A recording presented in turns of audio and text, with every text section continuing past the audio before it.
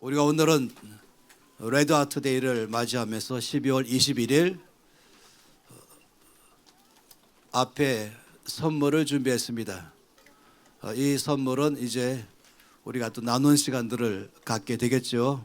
그리고 다음 또 하나의 다른 박스는 다음 주 주일 성탄절날 갖고 오셔서 또 우리가 함께 놓으면은 온 성도가 나눈 시간들을 그때는 또 갖게 될 것입니다. 오늘은 이웃의 주의 사랑을 전하는 박스이고, 다음 주에는 우리 서로 안에서 주의 사랑을 나누는 박스가 될 것입니다. 여러분이 항상 기쁜 마음으로 즐겁게 주의 이 은혜 가운데 동참하시니 참으로 큰 힘이 되고 또 위로가 됩니다. 누가복음 2장 말씀입니다.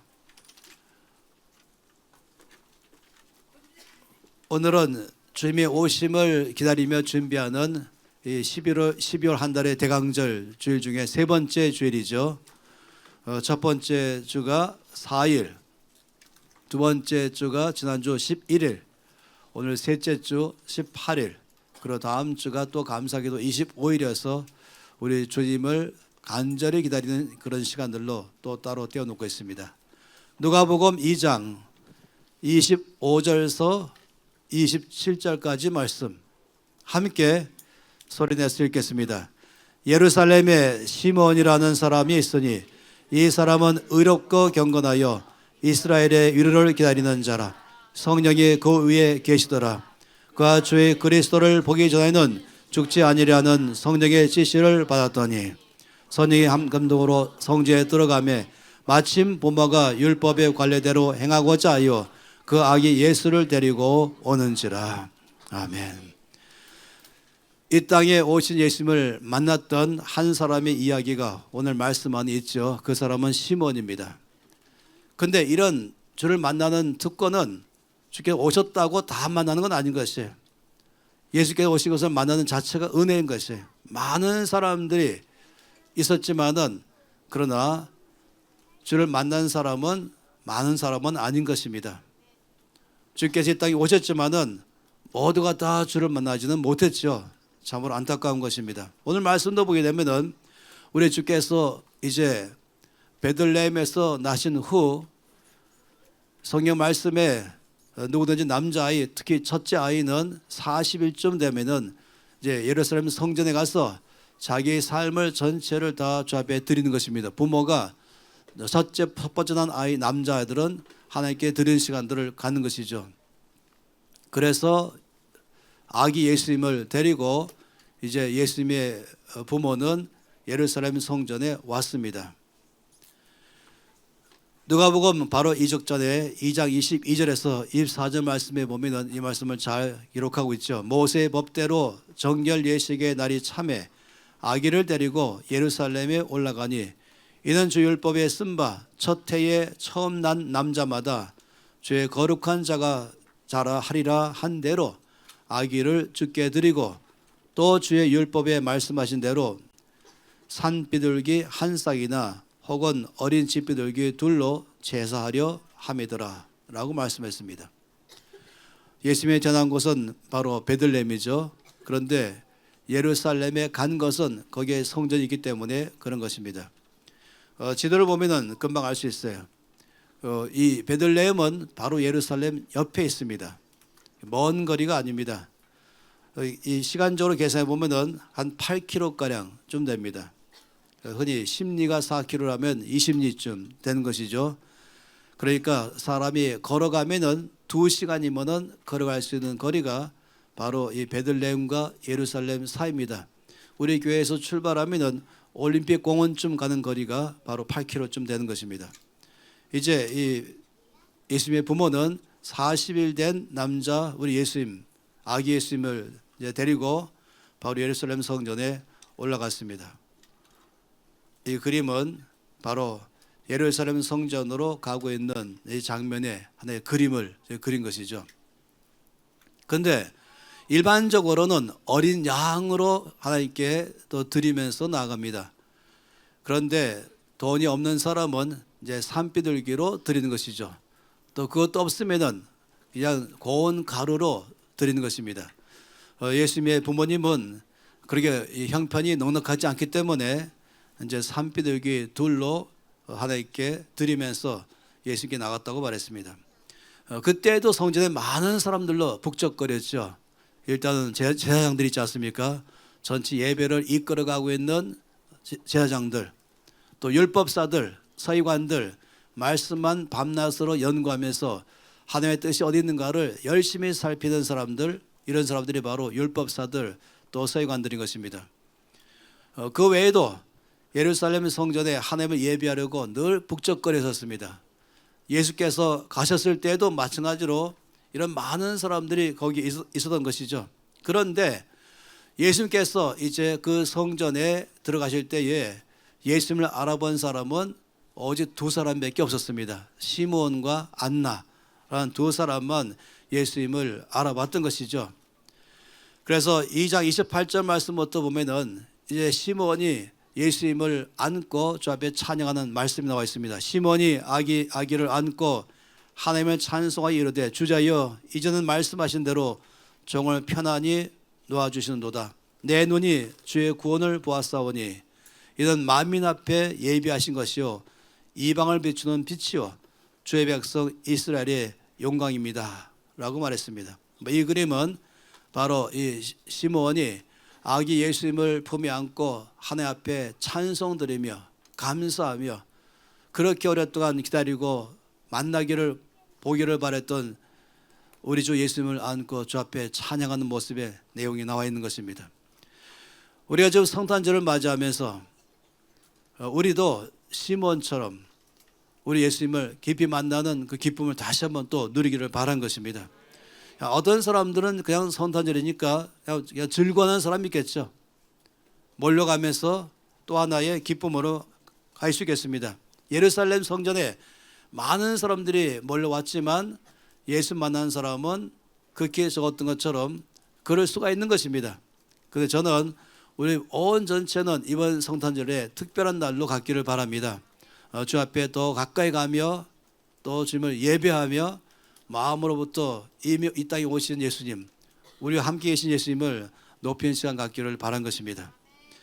그래서 예수를 만났던 시몬을 보면서 어떻게 그가 예수를 만났는가 대한 것을 함께 이 시간에 보기를 원하는 것입니다. 오늘 말씀하는데 보니까 시몬에 대해서 말씀할 때 첫 번째 이렇게 말했죠. 그는 예수님을 간절히 기다렸던 사람이다 하는 것이 첫 번째예요. 2장 25절 말씀 읽었던 것처럼 예루살렘에 시몬이라는 사람이 있으니 이 사람은 의롭고 경건하여 이스라엘의 위로를 기다리는 자라 성령이 그 위에 계시더라. 시몬을 가리켜 말하기를 이스라엘의 위로를 기다리는 사람이다 이렇게 말했습니다. 이스라엘의 위로라고 말한다면 하나님의 백성들이 이스라엘이죠. 하나님께서 그의 백성들을 위로하시는 분, 그 하나님께서 오셔서 우리를 위로하기를 간절히 기다리는 사람, 그런 면에서 말했어요. 그래서 이스라엘의 위로라는 말을 썼습니다. 이건 한마디로 말하면 예수님을 말하는 것이죠. 누가 우리를 위로합니까? 이스라엘 백성들은 누가 위로하는 것입니까? 온 구약 전체가 바라봤던 것은 바로 예수님이었던 것이죠. 마치 구약 전체가 한 가지 위에서 창세의 말씀부터 시작해서 출애굽기, 레위기, 민수기, 신명기 온 전체 안에 욥기나 시편이나 잠언이나 아니면은 선지서 전체 다 포함해서 온 전체는 오직 이 땅에 오실 메시아이신 예수 그리스도 이 한 분을 향해서 화살이 집중되어 있는 것입니다. 시몬도 마찬가지로 오실 이 메시아 오셔서 나의 삶을 위로하고 회복하시는 바로 메시아이신 예수님을 기다렸던 것입니다. 예수님이 누구십니까? 위로자이시죠. 오늘도 우리 가운데는 위로가 필요한 사람들이 많이 있습니다. 위로가 필요한 사람마다는 예수님 만날 때마다 가장 큰 위로를 받게 되는 것이죠. 고린도서 1장 3절 4절 말씀에는 그는 우리 주 예수 그리스도의 하나님이시요 자비의 아버지시요 모든 위로의 하나님이시며 우리의 모든 환난 중에 우리를 위로하사 우리로 하여금 하나님께로부터 받는 위로로서 모든 환난 중에 있는 자들을 능히 위로하게 하시는 분이시다 라고 말씀했습니다. 하나님을 소개할 때에 모든 위로의 하나님. 그래서 어떤 환난 꺼내는 사람, 모든 환난 중에 있는 사람들을 위로하셔서 그 받은 위로 때문에 또다시 다른 환난 중에 있는 사람들을 위로할 수 있게 하신 하나님, 이렇게 말씀했어요. 놀랍죠? 이 말씀 안에 위로란 단어를 3번이나 반복해서 말씀했습니다. 하나님은 위로의 하나님이시다. 그리고 하나님은 모든 환난 중에 있는 사람들을 위로하신다. 그래서 그 큰 위로를 받은 사람들은 또 환난 중에 있는 다른 사람들을 능히 위로하게 하신다라고 말씀을 하는 것이죠. 이 위로하다라는 이 단어가 참 놀라운 단어입니다. 이 단어가 원래 뜻을 잘 설명한 이 단어가 영어이죠. 영어에서 이 단어가 comfort입니다. 우리 중에서 영어를 제일 잘하는 사람은 우리 윤대우 목사님이시죠. 왜냐하면 he is American.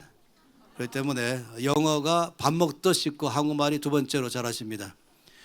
그래서 아직 제가 와서 유 목사님 여쭤보지 않았지만 제가 분명히 아는 것은 이 comfort는 두 개의 단어가 합해진 것이에요.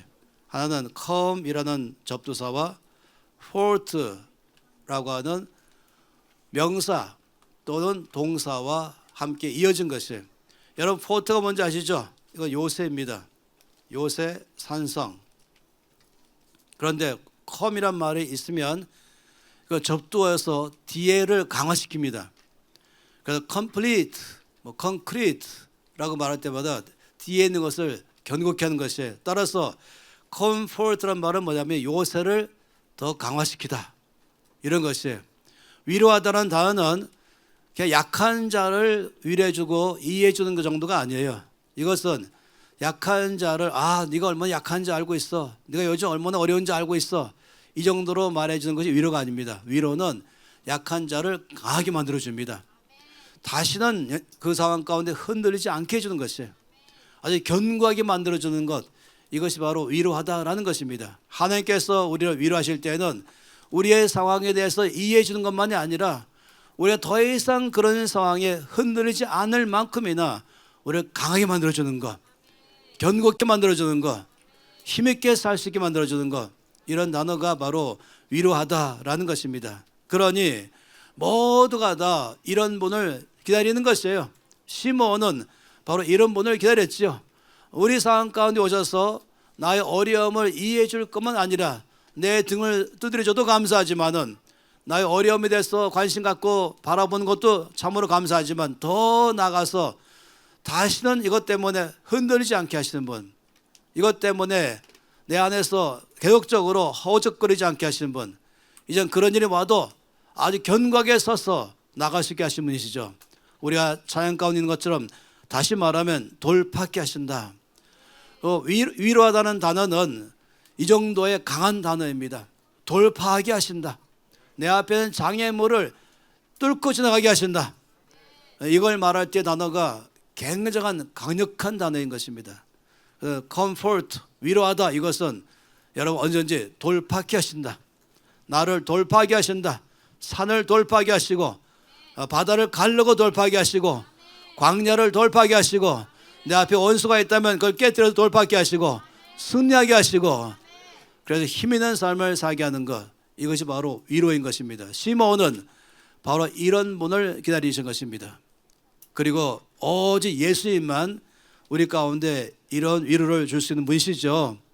출애굽기 3장 말씀에 보면은 온 이스라엘 백성들이 너무너무 힘들고 어려워서 결국 견디지 못해서 하나님께 부르짖었습니다. 그때 주께서 하신 놀라운 말씀이 출애굽기 3장 7절 8절 말씀입니다. 여호와께서 이르시되 내가 애굽에 있는 내 백성의 고통을 분명히 보고 그들의 감독자로 말미암아 부르짖음을 듣고 그 근심을 알고 내가 내려가서 그들을 애굽인의 손에서 건져내고 그들을 그 땅에서 인도하여 아름답고 광대한 땅, 젖과 꿀이 흐르는 땅으로 데려가려 하노라. 이 말씀을 잘 보세요. 여기 7개 동사를 잘 보세요. 첫째는 하나님께서는 나의 고통을 확실히 보셨다. 또 나의 부르짖음을 들으셨다. 내 근심이 뭔지를 다 이해하셨다. 여기까지가 아니에요. 너 힘들구나, 어렵구나, 고통 가운데 있구나. 내가 안다. 너의 어려움을 내가 안다. 네 마음의 힘듦을 내가 안다. 이 정도가 아닌 것이에요. 더 나가서 이러겠어요. 내가 내려가겠다. 너의 그 고통 속으로 내가 들어가겠다. 너의 그 어려움 가운데로 내가 직접 들어갈 것이다. 알아주는 것만도 감사한데, 나에 대해서 어려움을 이해해 주는 것도 감사한데, 그것만이 아니라 직접 행동하셔서 내 어려움 가운데로 들어오시겠다는 것이에요. 그 다음에 나를 거기서 건져내시는 것입니다. 그리고 나를 인도하셔서 마침에 약속의 땅으로 들어가게 하신 것입니다. 견고한 땅으로 들어가게 하신 것입니다. 내 모든 피를 다 채우는 땅으로 들어가 계신 분, 이 전체가 한마디로 말하면 위로라는 단어인 것이에요.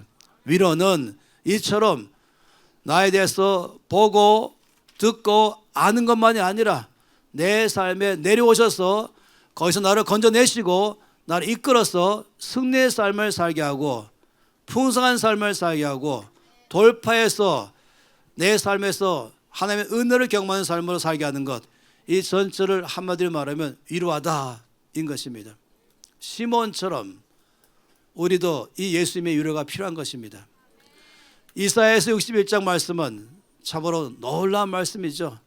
1절부터 말씀하시기를 주 여호와의 영이 내게 내리셨으니, 자, 누구한테 말씀하고 있어요? 지금 여기 나는 누구인가? 주 여호와의 영, 성령이 내게 내리셨으니, 자, 이렇게 고백하는 분이 누구인지 다 들어보세요. 이는 여호와께서 내게 기름을 부으사 가난한 자에게 아름다운 소식을 전하게 하려 하심이라.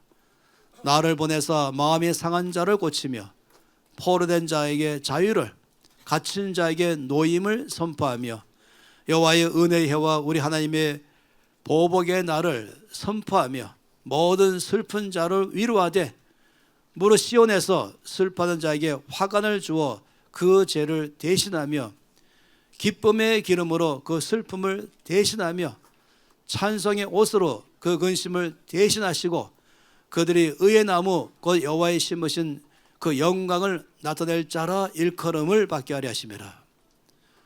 주께서 오셔서 제일 먼저 하신 것은 가버나움의 회당에 들어가셔서 바로 그 두꺼운 이사야서에서 이 61장을 폈어요.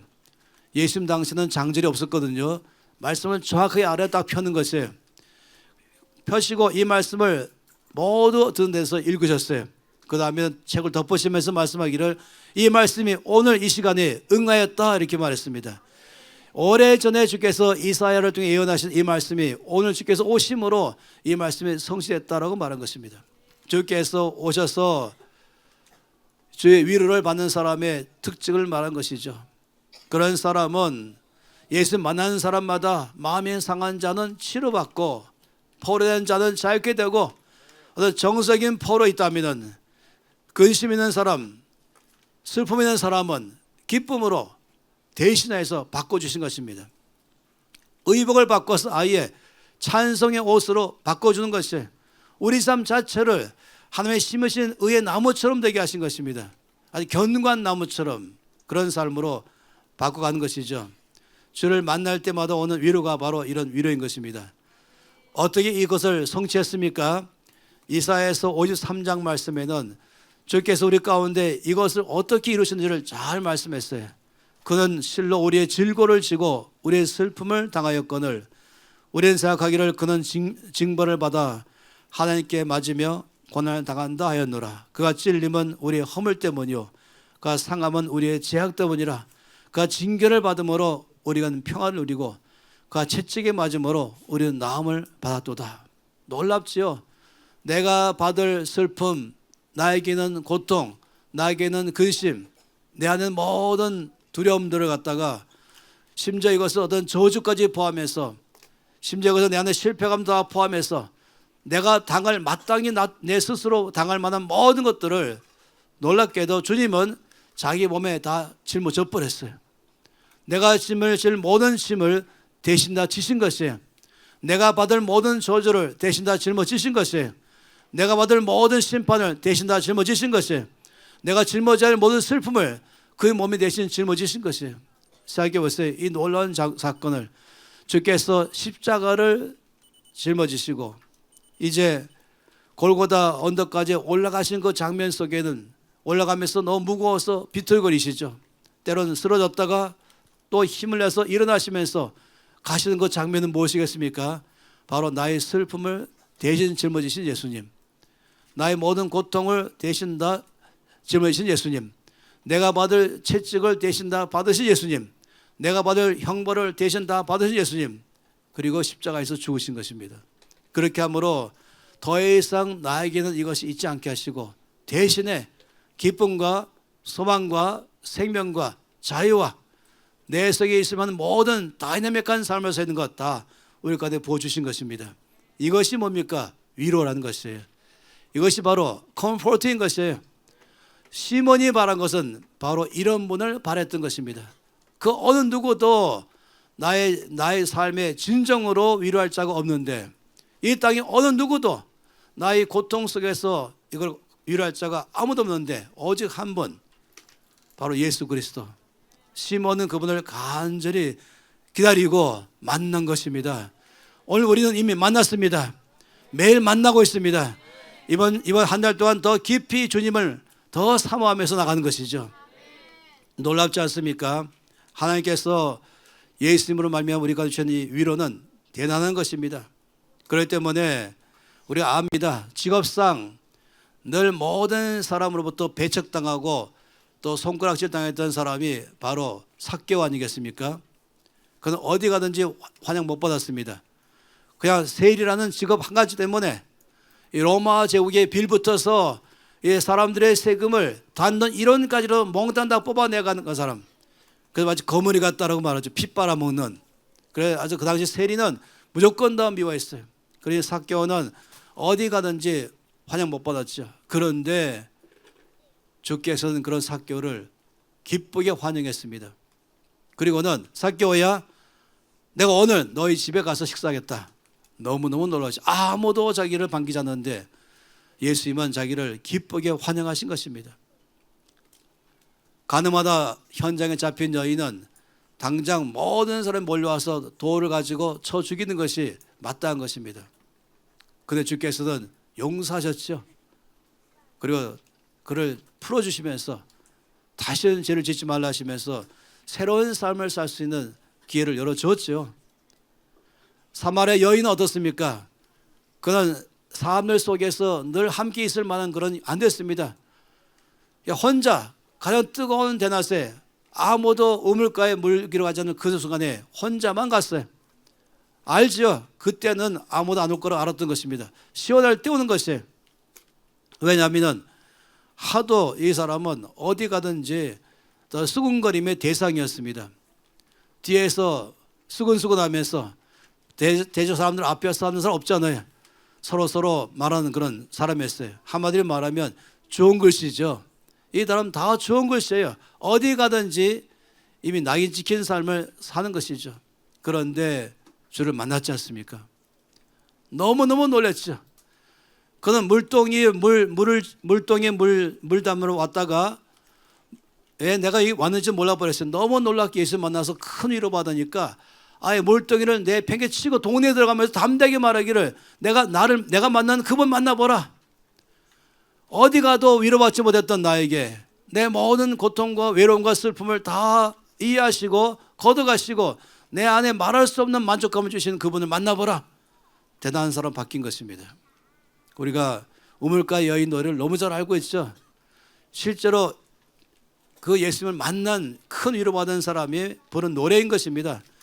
우리 알지 않습니까? 우물가의 여인처럼 나는 구했네 헛되고 헛된 것들을. 그때 주님 하신 말씀, 내 세매와 생수를 마시라. 오 주님 채우셔서 나의 잔을 높이 듭니다. 하늘 양식 내게 채워주어서 넘치도록 채워주어서. 2절에 이렇게 말하죠. 많고 많은 사람들이 찾았었네. 헛되고 헛된 것들을. 주 안에 감추인 법에 세상 것과 난 비길 수 없네. 내 친구여 거기서 돌아오라. 내 주의 넓은 품으로 우리 주님 나를 반겨 그 넓은 품에 안겨주시리. 이 놀라운 노래 아니겠습니까? 그러면서 이와 같은 사람들이 역사 안에서 늘 이어져 왔었습니다. 주를 만나는 사람마다 위로받는 것입니다. 주를 만나는 사람마다 어디서 받을 수 없는 큰 위로, 돌파의 위로를 받는 것이에요. 밤새 수고했지만은 한 마리 못 잡은 그런 날이 새버린 베드로, 그 심정 아십니까? 그렇게 열심히 수고했는데 아무것도 잡힌 것이 없을 때 갖고는 그 낭패, 그 좌절감, 그 허탈감, 갖고는 그 절망감인 것입니다. 근데 주께서 찾아오셨죠. 그리고 베드로에게 그날이 바로 오히려 가장 실패했던 그날이 인생의 최고의 대박을 친 날로 바뀐 것입니다. 주님 만나면 죄 지은 사람은 용서받고 새 삶을 살게 하며 실패한 사람은 최고의 성공의 삶으로 바꾸는 것입니다. 그런 주님을 지금 시몬이 기다린다라고 말한 것이죠. 예레미야 예가 3장 말씀에는 기다리는 자들에게나 구하는 영혼들에게 여호와는 선하시도다. 사람이 여호와의 구원을 바라고 잠잠히 기다림이 좋도다. 주께서는 그런 기다리는 자에게 반드시 만나셔서 위로하신다는 것이, 다시 말하면 돌파하는 것이죠. 내 삶에서 나를 이해해 준 것이 아니라 내 삶에 이것을 넘어갈 수 있도록 슬픔 가운데 자를 슬프구나 위로하는 것이 아니라 기쁨으로 바꿔주는 삶으로, 실패한 자의 실패를 위로하는 것만이 아니라 성공의 삶으로, 저주에 대해서 이해하는 것만이 아니라 앞으로 축복의 삶을 누리는 삶으로, 바로 이것이 기다림의 결과이죠. 시편 107편 9절 말씀에는 그가 사모하는 영혼에게 만족을 주시며 줄인 영혼에게 좋은 것으로 채워주신다. 바로 이런 분이시죠. 이사야 30장 18절 말씀은 참으로 늘 놀라운 말씀이죠. 여호와께서 기다리시나니 이는 너희에게 은혜를 베풀려 하시며 또 여호와께서 일어나시리니 이는 너희를 긍휼히 여기려 하심이라. 대저 여호와는 공의의 하나님이시라. 그를 기다리는 자마다 복이 있도다. 이 말씀을 잘 보시면 내가 주를 기다리는 것이 아니라 주님이 나를 먼저 기다리십니다. 나에게 왜 기다리십니까? 말씀하신 너에게 은혜를 베풀려고 기다리신다. 지금 주께 일어나시는데 왜냐하면 너희를 긍휼히 여기려 하심이라. 지금 두 팔에 나에게 필요한 선물을 가득 다 안고서 주께서 나를 간절히 기다리는 것이에요. 지금 그 자리에 주저앉아 있지 말고 거기에 다른 데에 신경 쓰지 말고 내 앞으로 나오라고 말한 것이에요. 나를 기다리라고 말한 것입니다. 그러면 하나는 위로의 보따리, 하나는 사랑의 보따리, 하나는 기쁨의 보따리, 하나는 치유의 보따리, 하나는 내 삶에서 앞으로의 성공한 삶 사는 보따리, 모든 선물들을 하나름 하나씩 나에게 부어주는 주님이십니다. 하나님을 기다릴 때마다 하나님은 반드시 그런 사람에게 역사하신다고 말씀하는 것이에요. 시몬은 바로 이런 하나님을 기다렸던 사람인 것입니다. 그런데 시몬의 삶에 또 한 가지는 특징이 있습니다. 하나님을 기다리는 사람의 특징은 예루살렘에 살았다는 것이에요. 예루살렘에 살았다는 말은 뭘 말합니까? 왜 예루살렘에 살았습니까? 바로 예루살렘 성전이기 때문에 그런 것이죠. 그 어디서 주님 만나는 걸 아는 것이에요. 주님 만날 장소를 아는 것이죠. 인천국제공항 가면 터미널이 지금 2개가 있습니다. 터미널 1 있고 2가 있습니다. 그런데 터미널 2 내리는데 터미널 1에 가 있으면 보통 문제가 아닙니다. 못 만나죠. 만날 장소에 가야 만나는 것이에요. 엉뚱한 데 가서 기다려봐야 안 되잖아요. 어디 나오는지를 알고 그 앞에가 있어야 나오는 것이죠. 예루살렘에 시몬이 살았던 이유는 바로 거기서 주를 만날 수 있기 때문에 그런 것입니다. 거기에 성전이 있기 때문에 그렇습니다. 하나님의 임재가 있기 때문에 그렇습니다. 거기서 하나님의 위로를 만나게 됐던 것이에요. 이스라엘 백성들이 광야를 통과할 때의 장면은 참으로 놀랍습니다. 출애굽기 40장 맨 마지막에 나와 있는 구절을 보면은 구름이 회막에 덮이고 여호와 영광이 성막에 충만하며 모세가 회막에 들어갈 수 없었으니 이는 구름이 회막 위에 덮이고 여호와 영광이 성막에 충만하였기 때문이다. 다시 말해 하나님이 임재하시는 곳에 영광이 충만하며 임재하시는 곳에 구름이 거의 덮은 것입니다. 그 다음 말씀 보시면 놀랍죠. 구름이 성막 위에 떠오를 때에는 이스라엘 자손이 그 모든 행진하는 길에 앞으로 나아갔고 구름이 떠오르지 않을 때에는 떠오르는 날까지 나가지 아니하였으며 낮에는 여호와의 구름이 성막 위에 있고 밤에는 불이 그 구름 가운데 있음을 이스라엘 온 족속이 그 모든 행진하는 길에서 그들의 눈으로 보았다. 이게 무슨 말씀이십니까? 이 그림이 또 있죠. 여기다 한 그림은 이거 보세요. 놀라운 그림이에요. 이 가운데가 바로 성막이 있습니다. 하나님의 임재가 있는 것이죠. 그 위에 구름이 있는 것입니다. 그래서 사방으로 온 12지파가 삐 둘러 있는 것입니다.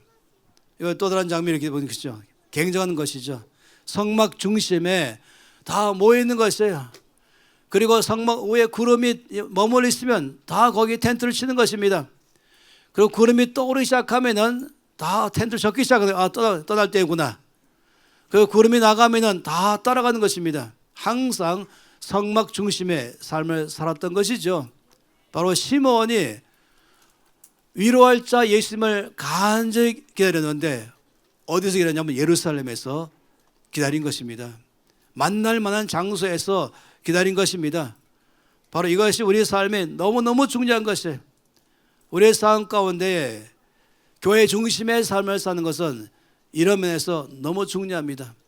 이스라엘 사람들은 모스크를 중심으로 해서 1km 안에 상권이 형성되어 있고 그다음에 주택이 형성되어 있습니다. 항상 모스크를 중심으로 1km 안에 모든 사업이 다 거기서 일어나요. 또 모든 삶도 다 거기서 일어나요. 그들은 놀랍게도 배웠던 것입니다. 우리도 마찬가지죠. 이 성막 중심의 삶, 다시 말하면 교회 중심의 삶을 말한 것이에요. 그렇다고 해서 이 교회가 있는 옆으로 이사 오라 꼭 이렇게 말한 건 아닌 것입니다. 그러므로 마음으로부터 말한 것이죠. 늘 함께 모일 때 같이 모이는 삶, 이게 중요한 것입니다. 부흥회 할 때 그런 일을 경험할 때 있죠. 부흥회가 너무 놀랍고 월, 화, 수, 주일부터 월, 화, 수 저에게 모이는데 주일 모였고 월요일 모였고 화요일 날 출장 갔다 왔어요. 수요일에 딱 왔더니 아이고 어젯밤에 은혜가 많았는데 은혜를 받으면서 내 생각이 났다. 그런 경험이 있습니까? 아이고 내가 빠지는 날 하필이면 그때 내가 꼭 필요한 역사를 시작한 것이에요. 제가 처음에 간사가 됐을 때에 대한민국 처음으로 치유 집회가 있었습니다. 그 치유 강사가 7명이 왔는데 다 팀워크에 한 사람은 내적 치유, 한 사람 아버지 사랑의 치유 쭉 하는데 한 사람은 특별히 뼈의 치유가 있었어요. 소문 내면 눈이 보여요. 이렇게 뼈가 쭉 자라는 것이. 그런데 제가 매일 참석하다 하루 일대 빠졌더니 아이고 이날 모든 사람 기도할 때 다리가 쭉 늘어났는데 네가 왜 안 왔냐. 그때 있었어야 네 다리가 늘어나지. 제가 두고두고 그만 그때 기억하고 있습니다. 아이고 왜 그때 빠졌을까. 하나님께서 역사하실 때 한 절이 있었는 것입니다. 빠지면 안 되는 것이에요. 내가 빠지는 일이 역사가 난다니까 꼭 그럴 때마다 빠지지 마세요. 그래서 이 시므온은 예루살렘 중심의 삶을 살았어요. 거기서 주를 만나시기 때문에 교회 중심의 삶을 살 때 거기서 역사하는 것입니다. 이 창세기 29장 말씀의 7, 8절은 참으로 놀라운 말씀입니다. 그 말씀은 야곱이 이르되 해가 아주 높은즉 가축 모일 때가 아니니 양에게 물을 먹이고 가서 풀을 뜯게 하라 라고 말했어요. 무슨 말이냐면 야곱이 외삼촌 집에 가다가 보니까 들판에 양떼들이 쫙 둘러싸여 있는 것이에요. 보니까 목자가 몇 명이 보이니까 그러면 4명의 목자가 있다면 양떼들은 다 4떼구나 아는 것이죠. 근데 모두 다 우물가에 모이는 것이에요. 아무것도 안 하고 말입니다. 그 야곱이 그들 보고 말하기를 아니 아직도 지금 시간 남았는데 왜 할 일 없이 여기 모여있냐. 풀밭도 아니고 우물가인데 지금 빨리 이 우물의 뚜껑을 열고 물을 마신 다음에 다시 다 양들 데리고 와서 풀을 뜯게 하라 이 말인 것이죠. 근데 이때 목자들이 뭐라고 말했습니까? 그들이 이르되 우리가 그리하지 못하겠노라. 때가 다 모이고 목자들이 우물 아귀에서 돌을 옮겨야 우리가 양에게 물을 먹이느니라. 이 말씀 뭔지 아십니까? 이 그림 보면은 이 그림이 이제 야곱이 이 우물에 돌을 옮기는 장면입니다. 물이 너무너무 귀한 사막지대잖아요. 그래서 우물을 파놨죠. 그리고 거기에 혹시 짐승들이나 다른 거 채취 않도록 해서 늘 돌로 막아놓습니다. 그리고는 이제 원칙이 있습니다. 양떼들이 이제 목자가 끌고 다 우물가로 모이면 그러면 이제 이 우물에 덮인 돌을 옮긴 다음에 물을 떠서 양들 다 먹입니다. 근데 원칙이 뭐냐면은 원래 이 우물을 먹기로 약속되어 있는 양떼들, 예를 들어서 10명의 목자, 그러면 10명의 목자가 다 모일 때 이 우물의 뚜껑을 열고 먹이로 되어 있는 것이에요. 그럼 5명이 와 있다 그러면 먹이고 보내는 게 아니라 이 뚜껑을 열 때는 이 물을 먹기로 약속되어 있는 10명의 목자와 거기에 따라온 양들이 500마리든지 300마리든지 1000마리든지 다 모일 때 그때 돌을 옮기는 것이 약속이에요. 이 말씀하셨어요. 왜 이 말씀했을까요? 지금 창세기에서 이 말씀하신 것은 당시에 어떤 우물 먹이는 습관을 말하기 위한 것이 아니죠. 이 말씀은 오늘날 마찬가지로 이 우물을 먹어야 될 약속되는 모든 성도가 모였을 때에 그때 하나님께서 역사하신다. 이 말씀인 것입니다. 그래서 성경에 자주 나온 단어가 총회라는 말을 썼어요. 이 총회라는 말은 모두 모인다 이런 뜻입니다. 주일날이 총회입니다. 우리 교회는 매 주일이 총회인 것이에요. 어린아이, 젖먹이까지 뱃속에 있는 아이까지 포함해서 다 모여서 저 앞에 예배 드릴 때에 그때 하늘의 뚜껑이 열리면서 하늘의 우물물이 열리면서 모인 모든 사람들에게 만족하게 주께서 부어주시는 것입니다. 그래서 예루살렘 중심, 교회 중심, 함께 다 같이 모이는 중심을 너무너무 성경에서는 중요하게 말씀하십니다. 오순절 말씀 아시죠? 그 말씀할 때는 사도행전 2장 1절 말씀부터 볼 때는 모든 무리들이 다 함께 모였을 때에 이 120명의 성도가 다 모였을 때에 한 자리에 모였을 때에 성령께서 임하시면서 각 사람에게 역사하셨다. 빠짐없이 역사하셨다 말씀하신 것입니다. 이것이 바로 비밀입니다. 우리가 왜 열심히 한 자리에 모이는지 비밀인 것입니다. 어떤 때는 정말 특별한 상황이 있을 때는 출장 가서 그럴 때는 우리가 때론 인터넷상으로 예배를 드리겠지만 그렇지 않다면은 정말로 내가 죽을 때라도 여기 와 죽겠다 결정하고 그런 삶이 필요한 것이죠. 그래서 저의 삶은 결정한 거예요. 죽어도 거기 죽겠다. 아프다 조금만 아프면 쉬고 그런 것이 아니라 약속한 그 장소에 가야 되는 것이에요. 하필이면 내가 아파서 안 간 날 역사가 있었다네 이런 고난하지 않습니까? 그래서 이 말씀처럼 모든 양떼들이 물을 먹기로 결정한 양이 다 모이면은 이 우물의 뚜껑을 열어 제치고 물을 먹인 것을 말씀하신 것은 그 교회마다의 성도가 다 함께 모일 때에 주께서 하늘의 우물의 뚜껑을 여시고 우리 가운데 각 사람에게 한 명도 빠지지 않고 모두 가운데 은혜를 부어주시는 것입니다. 그러니 시몬이 주를 만날 장소를 잘 알았던 것처럼 우리 모두가 늘 교회 중심, 온 성도 함께 모일 때 모이는 중심, 모이는 것을 정말로 힘쓰는 삶을 살아가는 것, 이것은 나 자신을 위해서 너무 필요한 것입니다. 예배 드리다가 주께서 말씀에 약속하신 것처럼 위로하기 시작하는 것이죠. 전심으로 예배 드릴 때에 위로하신 것이에요. 꼭 누가 안수기도 하기 전이랄지라도 처음에 들어올 때는 마음속에서 한 주간 동안 삶에서 어떤 사람은 상처받았잖아요. 어느 사람은 힘들죠.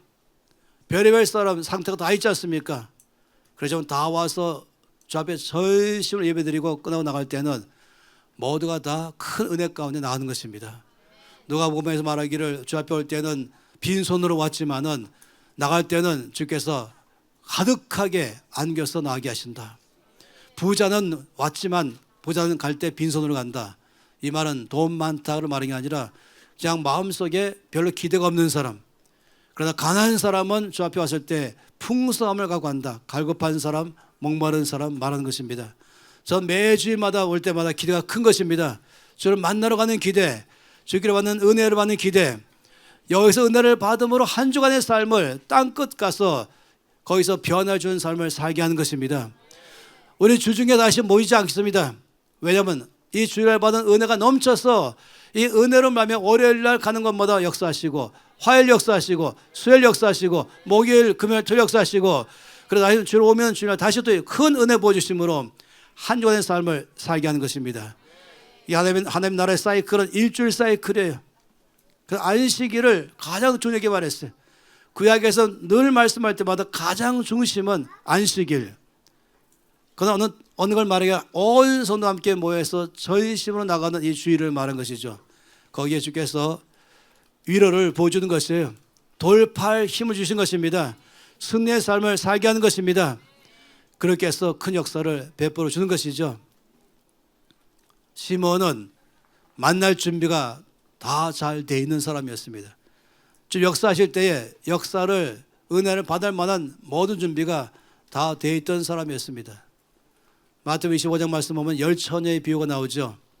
신랑 오기를 바라는 열처녀, 두 처녀 전부 다 등불을 예비하고 또 기름 예비했는데, 다섯 처녀는 등불도 예비하고 또 그릇에다가 기름도 따로 준비했어요.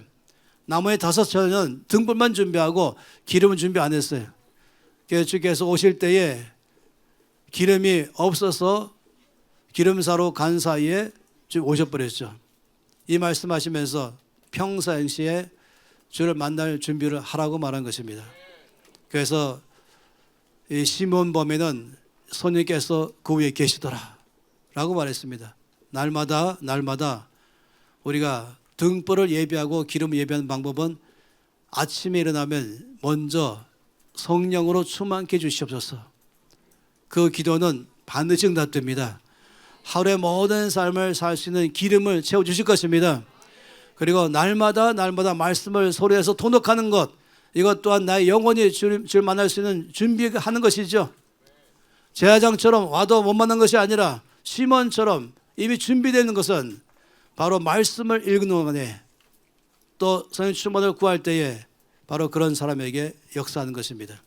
저는 한마디로 말해서 우리 모두가 다 시몬의 DNA를 가지자. 시몬처럼 저를 간절히 기다리면 반드시 주께서 만나주시고 매주일마다 위로를 주셔서 돌파케 하시고 어떤 상황도 다 돌파해서 승리의 삶을 살게 하고 하나님의 은혜를 넘치게 받게 할 줄로 믿습니다. 함께 손 높이 들고 주 앞에 기도하겠습니다. 아버지, 제가 바로 시몬의 DNA를 갖겠습니다. 제가 이스라엘의 위로를 기다리는 삶을 살겠습니다. 바로 나는 위로가 필요합니다. 돌파가 필요합니다. 나의 모든 이 돌파하게 하신 분은 예수님 한 분이십니다. 매번마다 주 앞에 나갑니다. 아버지, 예루살렘에 살았던 시몬처럼 교회 중심의 삶을 살겠습니다. 늘 주 앞에 모이는 삶을 살고 전심으로 예배하며 나갑니다. 그때마다 나의 삶에 만나시고 역사하신 주님을 찬양합니다. 통성으로 기도하시겠습니다. 주여 삼으로 다시 고백하며 나갑니다. 시몬의 DNA를 가지며 살겠습니다. 모든 나의 삶에서 이스라엘의 위로를 기다리는 시몬처럼 나의 위로자 예수님을 날마다 기다립니다. 돌파하게 하시는 주님, 내 삶에 오셔서 만나주심으로 나를 돌파하게 하시는 위로자 예수님을 찬양합니다. 슬픔을 돌파해서 기쁨으로, 낙심을 돌파해서 소망으로, 연약한 너를 돌파해서 강함으로, 온 두려움을 돌파함으로 박수마음으로, 온 질병을 돌파해서 강건함으로, 실패의 돌파의 성공의 삶으로, 정정하면서 주께서 용서받는 삶으로 위로자 주님을 찬양합니다. 주를 사모하며 나갑니다. 주를 기다리며 나갑니다. 교회 중심의 삶, 너희 주님의 삶을 살아내겠습니다.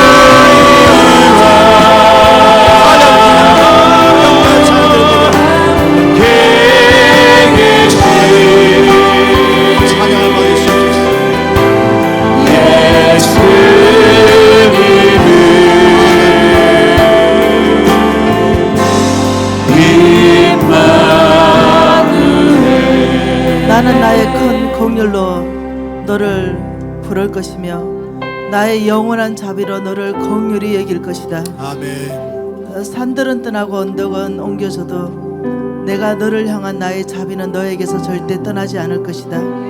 너의 미래의 화평의 언약은 흔들리지 않을 것이다. 너를 긍휼히 여기는 여호와 하나님의 말씀이니라. 아버지 감사합니다. 우리에게 이 놀라운 약속하신 아버지, 주 앞에 나와서 기다리는 자에게마다 만나주시며 우리를 위로하셔서 돌파하게 하신 주님을 찬양합니다. 우리에게 긍휼히 여겨 주심을 감사합니다. 아버지, 사모하며 나갑니다. 예루살렘 중심의 삶을 살았던 시몬처럼 교회 공동체 중심의 삶을 살아갈 때마다 풍성한 은혜를 하늘부터 부어주심으로 넘치는 삶, 돌파하는 삶, 기독교 운명 개헌도 주도하는 삶, 땅끝이 바뀌는 삶을 살게 할 줄로 믿습니다. 약한 자를 강하게 하시며 낙심한 자에게 소망을 주시며 슬픈 자에게 기쁨을 대신 채워주시며 병든 자를 치료하시며 아버지, 모든 하늘의 충만한 은혜를 넘치게 부으시는 주님을 찬양합니다. 시몬의 DNA로 살겠습니다. 날마다 주를 사모하며 살겠습니다. 응답하는 주님을 찬양합니다. 이 시간도 넘치는 은혜로 채워주심을 감사합니다. 주 예수 이름으로 기도합니다.